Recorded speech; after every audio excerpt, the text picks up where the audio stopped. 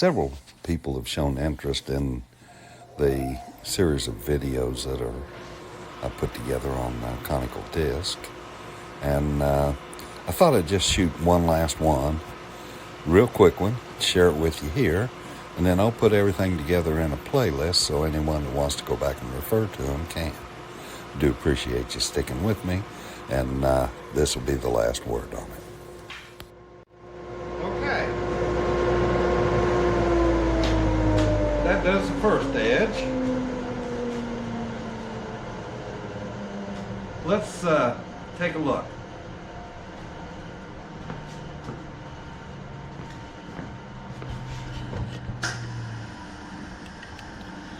For this setup, I've put in 2 feather boards so that as I pass the part across it, they hold it to the fence. Okay? You don't want to start with it cocked out like this. Okay? You want it flat against that fence so you don't get a divot at the front end, equivalent to a snipe on the edge. Because if you start it like this, you're going to be digging into the edge. You want to keep it right up against the fence. On the other end, as the board comes through, you don't want it, as it clears, you don't want to be pushing it out against the fence. So you use a second feather board here to keep it up against it and get rid of any gap along here. Because you want that, when you're joining an edge, the thing that you want is the board to come out straight. I want to pause here just a moment to show you that when I was surfacing the face of these boards, I also used 2 feather boards. If you notice that homemade feather board there in what is the rear of the picture, but the start of the pass through the sanding, that feather board's elevated. That's to put it up toward the center of the board so that it holds flat against that face. Sanding across the face is a larger surface area, and therefore it even has more tendency to kick back. So just to show you that I really do believe those feather boards give you the best possible finish with the most safety. Now I want you to notice something else. I have a mark here on the right edge of the board. Reason for that is that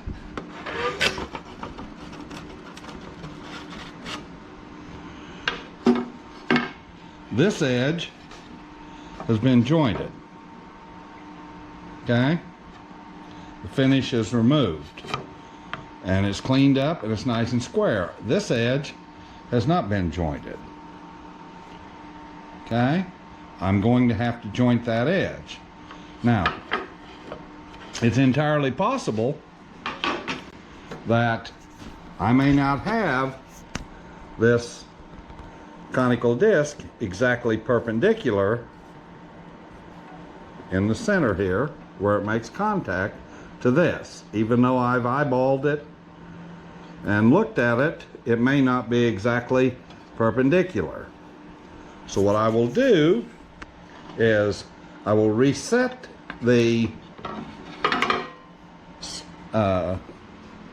location to take another pass on this other end. And because this may not be an exact 90-degree here, what I'm going to do is I'm going to flip the board like this, okay? And make the pass so that it will be in the other direction. So that when I put them together, it will disappear. Because you see, if I was 45 degrees 80 degrees, anything but 90, as long as I've made both of them exactly the same, then they'll mate. So I want to make sure that I put these boards together so that they're either all left or all right when I glue them up. So I'll take them same boards and pass them again and clean up this other edge. Right?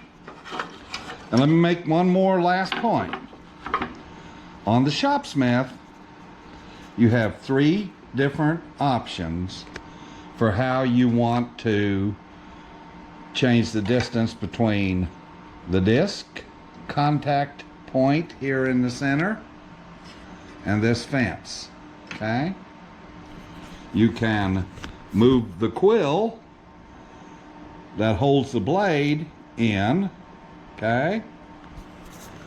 You can move the fence over, or you can lower the table, which makes it ride higher on the curve of the conical disc. The easiest way to make the adjustment is just to lower the table. Bring it down along the surface of the disc here. That's the easiest way, most precise. The second most precise way would be to move the quill in, okay, to change the distance between it and the fence. The least accurate or least controllable way is to actually move the fence itself, especially because I have a backer on this fence that holds it in place so that it doesn't flex or move.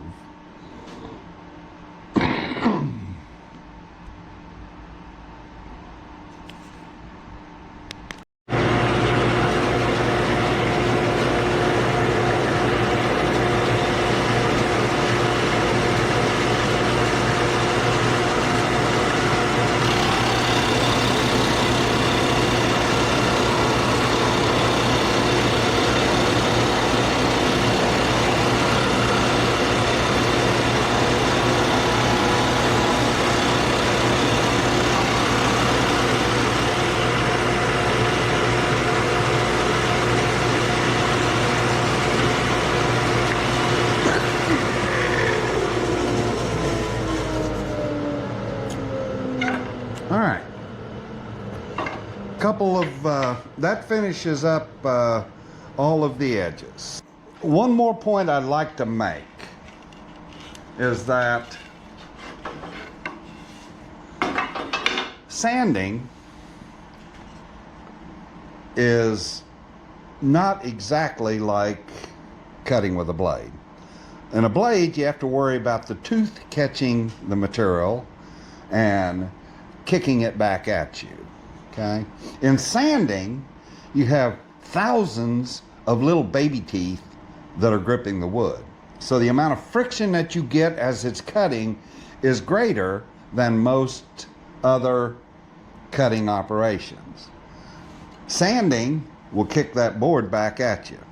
So I use feather boards at the start. By the time it gets to the blade, though, I still have from the end of the feather board here to the center of that blade that's being abraded off. So I put a second fingerboard out here to not only hold it against the fence as it leaves this feather board, but also to keep it from being kicked back at me. I feel safer that way, and on top of that, I have total control of the board. Just something I thought I'd share with you that worked for me. Now, I'm going to go ahead and try to figure out how to glue these up without any gaps. And while we're on the subject of conical discs, the latest Shopsmith catalog shows that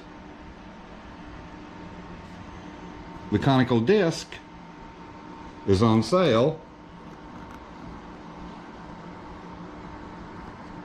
for $64.99.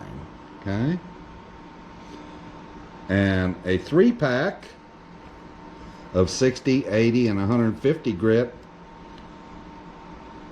disc media to go on it would be $37.24. Now, just for the record, this is sold by Shopsmith. That is in the Christmas sale catalog. 2021 holiday catalog, but you can also go to shopsmith.com. I'm not sponsored by them, I'm just letting you know. The disc that I use is called a tapered disc versus a conical disc. It is made differently from the Shopsmith disc. Mine is made by Woodtech and is sold by Woodworkers Supply. I've included a link to it in the description of this video. If you click on it, it'll open up and show you that disc and 8 different grits of sandpaper, pressure sensitive, adhesive backed, that are compatible with their disc.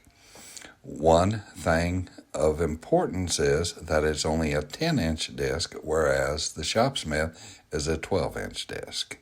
And the advantage for those of you that don't have a Shopsmith is that theirs comes with a 5/8 arbor hole, so you can use it on any table saw, not just the Shopsmith saw blade arbor.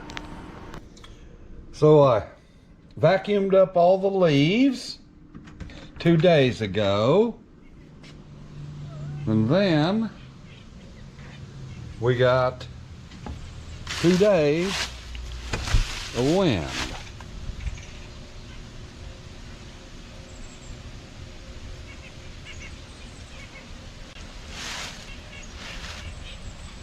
Supposed to get a little rain this evening.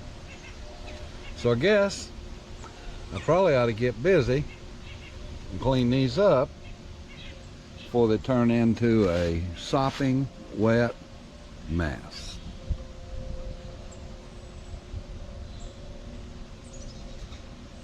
They go on for as far as my eye wants to see.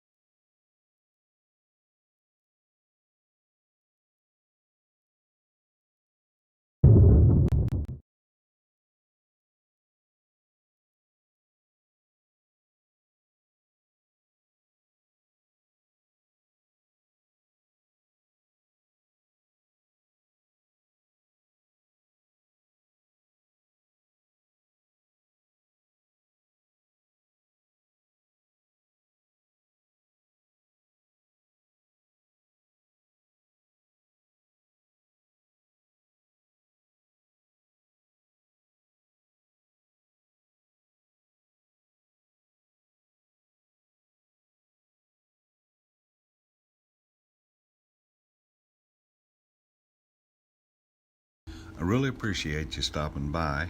If you don't mind, would you go ahead and poke that like button? Thank you.